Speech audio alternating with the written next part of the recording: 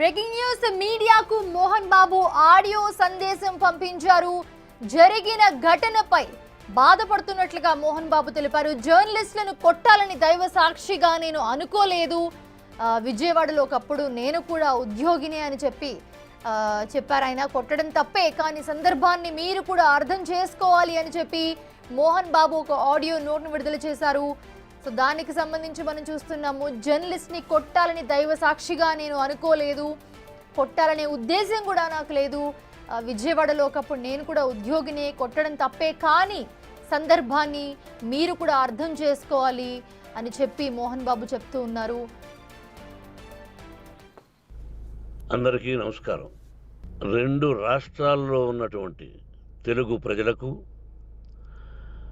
భారతదేశంలోనూ యావత్ ప్రపంచంలోనూ ఉన్నటువంటి తెలుగు మిగతా భాషలలోని అభిమానులకు, నా శ్రేయోభిలాషులకు, ఆత్మీయులకు, ప్రజాప్రతినిధులకు, రెండు రాష్ట్రాల ముఖ్యమంత్రులకు, మీడియా ప్రతినిధులకు నా హృదయపూర్వక నమస్కారాలు. గత 4 రోజులుగా ఏవేమి జరుగుతున్నదని అందరికీ తెలుసు. ముఖ్యమంత్రులు కూడా తెలుసుంటుంది, ఎందుకంటే వాళ్ళు ఎన్నో సమస్యలతో తలమునకలై ఉంటారు. కానీ ఎవరో ఆయన పర్సనల్ సెక్రటరీస్ చెప్పుండొచ్చు. నా హృదయంలో ఉండే ఆవేదన ఏమిటంటే కుటుంబ సమస్యల్లో ఎవరైనా పర్మిషన్ లేకుండా ఇతరులు జోక్యం చేసుకోవచ్చా? మీరే ఆలోచించండి. 100కి 100% అనాల్సిన అవసరం లేదు. కనీసం 95-99% కుటుంబ సమస్యలు ఉంటూ ఉంటాయి. అంటే మేమంతా నటులం కాబట్టి మా విషయాలు, పాపులర్గా ఉన్నటువంటి రాజకీయ నాయకుల విషయాలు, కొంతమంది ఉన్నవి లేనివి, లేనివి ఉన్నవి చెబుతూ ఉంటారు. చెప్పేవాడు కూడా ఆలోచించాలి, వాళ్ళ మనసులు, వాళ్ళ కుటుంబ సమస్యలు అని. ఇదంతా ప్రజలకు తెలుసు. కానీ ఎందుకులే మన పనులు మనం చేసుకుందాం అని అందరూ సైలెంట్గా ఉన్నారు. ఇప్పుడు ప్రజలు కూడా, కొంతమంది రాజకీయ నాయకులు కూడా ఆలోచించుకోవాల్సిన విషయం. విజువల్స్ చూడండి, టీవీల్లో వస్తున్నాయి, సోషల్ మీడియాలో వస్తుంది. రాత్రి 8 గంటలకు గేటు తోసుకుని నా బిడ్డ మనోజ్ కుమార్ వచ్చాడు. అది రైటా రాంగా పర్సనల్ విషయం, తర్వాత మాడుకోవచ్చు. పత్రికాధిపతులు, అది పత్రికా సోదరులు 4 రోజుల నుంచి నా ఇంటి ముందు మనుషులను పెట్టుకుని, వ్యాన్లు పెట్టుకుని అలా ఉండడం ఎంతవరకు న్యాయం? నేను అప్పటికీ బయట పోతున్నప్పుడు చెప్పాను, అందరికీ నమస్కారం అయ్యా, మీకు కుటుంబ సభ్యులు ఉన్నారు, దయచేసి నా సమస్యను నేనే పరిష్కరించుకుంటాను నా బిడ్డలతో, దీన్ని చిలవలు పరవలు చేయొద్దండి, దయచేసి నన్ను గౌరవించండి, నేను ప్రజలకు ఏం చేస్తున్నాను ఒక విద్య ద్వారా అనేది మీకు తెలుసు, నటుడిగా మీ అందరికీ తెలుసు, ఒక రాజ్యసభ సభ్యుడిగా మీకు తెలుసు, ఎంత క్లీన్ చిట్టుతో వచ్చానో రాజ్యసభ సభ్యుడిగా. నా హృదయంలో ఉండే ఆవేదన చెప్పనలవే కాదు, మీకే చెప్పాలి. ఈ రోజున ఈ మీడియా సోదరులు ఎంత కల్పితాలు, ఎంత నెగటివిటీ నన్ను గురించి చెప్తున్నారో మీ అందరికీ తెలుసు. దానికి నేను బాధపడడం లేదు. మీరు ముఖ్యంగా తెలుసుకోవాల్సింది, రాత్రుల్లో గేటు తోసుకుని, గేటు పగలగొట్టి పర్మిషన్ లేకుండా ఎవరైనా రావచ్చా? మీరే చెప్పండి. వచ్చిన వాళ్ళు అందరూ మీడియా సోదరులా, లేకపోతే ఇంకెవరైనా నా మీద పగ, రాగద్వేషాలతో ఏదో ఒక ఛానల్ చేతులు పెట్టుకుని అలా వచ్చి ఉంటారేమో సందేహం. కానీ వాళ్లను కొట్టాలని, తిట్టాలని మనసా వాచ దైవ సాక్షిగా నేను అలా ఆలోచించేవాడిని కాదు. ఎందుకు వాళ్ళు ఉద్యోగస్తులు, నేను కూడా ఉద్యోగస్తునే, అందరూ కూలివాళ్ళం. భగవంతుడు ఇస్తుంటాడు మనకు కూలి. ఎవరికి ఏమిటనేది ఆయన నిర్ణయిస్తాడు. ఇది మీ అందరికీ తెలుసు. వాళ్ళకు నేను చెప్పినా వినకుండా ముందు నమస్కారం పెట్టాను. అయినా అతను నేను కొట్టామనే చెప్తున్నారు తప్ప మైక్ తీసుకెళ్ళి నోట్లో పెట్టాము, నా కన్ను పోవలసింది. కన్ను పోయి ఉంటే అప్పుడు నేను కేసులు పెట్టాలి.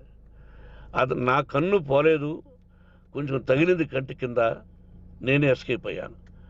లేకపోతే నా జీవితం గుడ్డిదయ్యేది. అతనికి తల కాదు చెంప మీద తగిలిందన్నారు. ఓకే, ఆ చీకట్లో ఎలా జరిగిందన్నది వాస్తవమే. మైకు లాక్కోవడం, వాడు నన్ను కేకలేయడం, ఆ దీనిలో ఘర్షణ జరిగింది. నేను కొట్టిన దెబ్బ అతనికి తగిలింది అన్నారు. దానికి హృదయపూర్వకంగా బాధపడుతున్నా. అతను నాకు తమ్ముడే.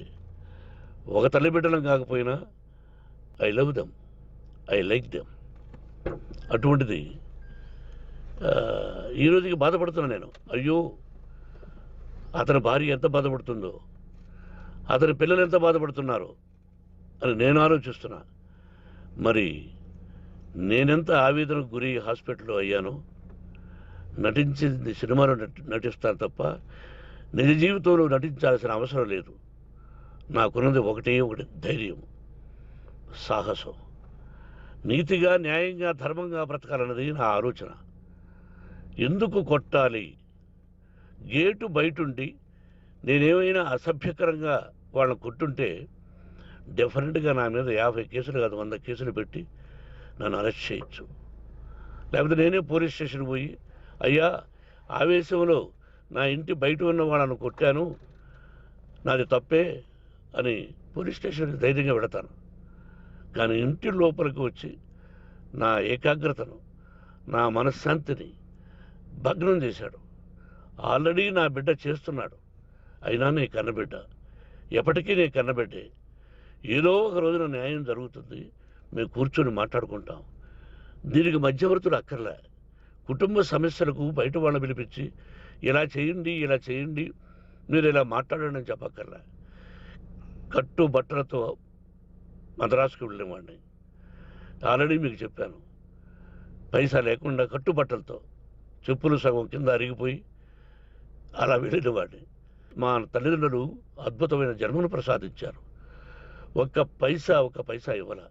నా కష్టార్జితంతో నేను సంపాదించి ఈరోజు నేను కులమతాలకు అతీతంగా 25% ఫ్రీ ఎడ్యుకేషన్ ఇస్తూ, నా స్థాయిలో నాకు తగిన సహాయం చేసుకుంటూ, వరద బాధలు వచ్చినా ఇంకోటి వచ్చినా అన్నయ్య ముఖ్యమంత్రిగా ఉన్నప్పుడు కూడా ఎన్నో చేశాను. బట్ అవి మర్చిపోయి ఈరోజు కొట్టింది మాట్లాడుతున్నారు. ప్రజాప్రతినిధులారా, నా అభిమానులారా, తెలుగు ప్రజలారా, తమిళ, మలయాళం, కన్నడ అభిమానులారా, ఆలోచించండి. నేను చేసినది తప్పు, కొట్టినది తప్పు. ఏ సందర్భంలో కొట్టాల్సి వచ్చింది? మీ ఇంటికి దూరితే ఒప్పుకుంటారా? మీ ఏకాగ్రతను భగ్నం చేస్తే ఒప్పుకుంటారా? మీరే ఆలోచించండి.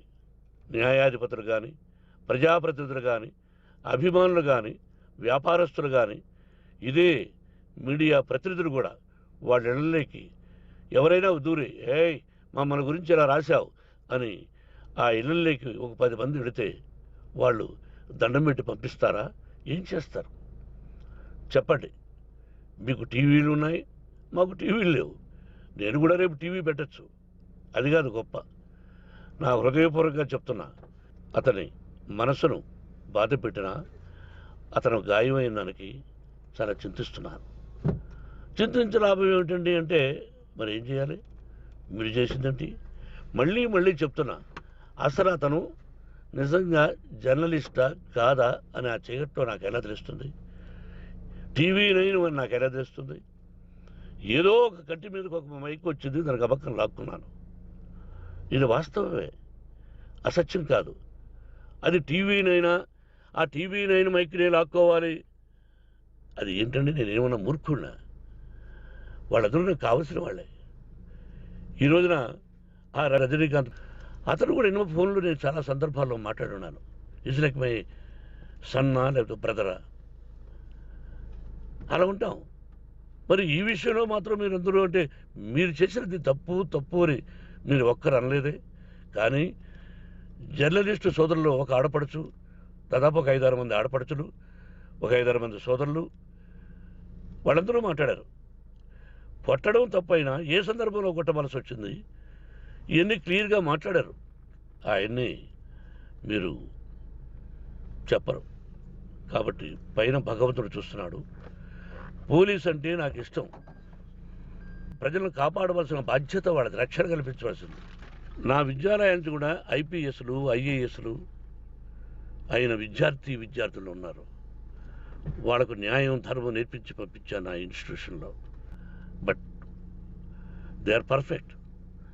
కొంతమంది ఐపీఎస్లు ఐఏఎస్లు డీసీపీలు ఇలా చాలామంది ఉన్నారు. బట్ ఎక్కడెక్కడో పనిచేస్తున్నారు. వాడు నా బిడ్డలు. మరి వాళ్ళు కూడా పోలీసు ఉద్యోగస్తులే కదా, న్యాయంగా ఉన్నారు కదా. కానీ ఇక్కడ మాత్రం ఏకపక్ష నిర్ణయం ఏమి చేస్తున్నారో మీరే ప్రజలారా చూడండి, ఆలోచించండి. నేను న్యాయమా అన్యాయమా, నేను చేసింది న్యాయమా అన్యాయమా మీరే ఆలోచించండి. నా ఇంటికి తలుపులు బద్దలు కొట్టి రావడం న్యాయమా? మీరే చెప్పండి. ఎల్లప్పుడూ మీ ఆశీస్సులు కోరుకునే మీ మోహన్ బాబు. నమస్కారం. అందరికీ నమస్కారం. 2 రాష్ట్రాల్లో ఉన్నటువంటి తెలుగు ప్రజలకు, భారతదేశంలోనూ యావత్ ప్రపంచంలోనూ ఉన్నటువంటి తెలుగు మిగతా భాషలలోని అభిమానులకు, నా శ్రేయోభిలాషులకు, ఆత్మీయులకు, ప్రజాప్రతినిధులకు, 2 రాష్ట్రాల ముఖ్యమంత్రులకు, మీడియా ప్రతినిధులకు నా హృదయపూర్వక నమస్కారాలు. గత 4 రోజులుగా